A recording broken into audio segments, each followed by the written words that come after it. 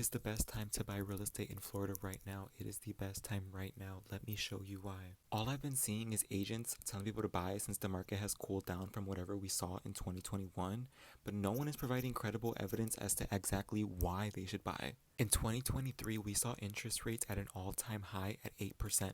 These high interest rates poured into 2024 and reflect the stagnant 6.6 that we see now. What this has essentially done is create a buyer's market. In easy terms, a buyer's market is when there is a huge surplus of homes since no one wants to buy because the interest rates are so high. So pretty much buyers can convince sellers to sell at a low price because sellers right now are desperate to sell. I just want to show you some perfect examples of this. And some of these listings are even in nice attractive areas. So this is what I'm saying. Now is the perfect time to get up and move to where you want to go. Starting in Merritt Island, we have this beauty. It sold for $599,900, but it was listed at $659,900.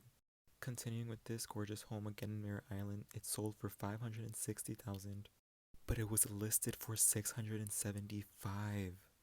Moving on to Rockledge, now we have this listing. It was sold at $280,000, listed at $309,900. Here we have this gorgeous home in Cocoa that sold for $323,000.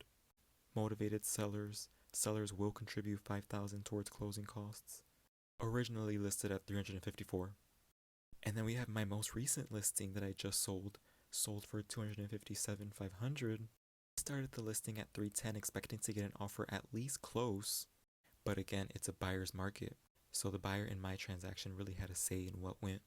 Now this is the good thing for buyers when you can control a seller. Did you know that a seller can give you money at the closing table to help lower your interest rate?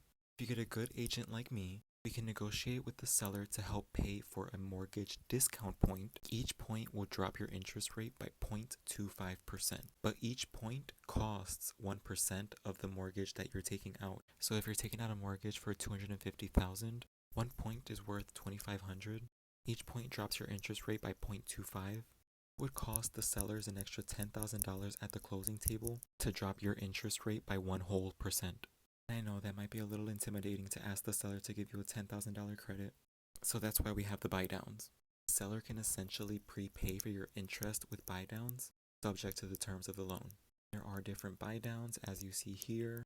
Downs essentially work is the mortgage rate and monthly payments are lower for the first year of the loan, rising for the second year, and it is a lot cheaper than giving the $10,000 over. With a 2-to-1 buy down, the mortgage rate and monthly payments are reduced for the first year of the loan.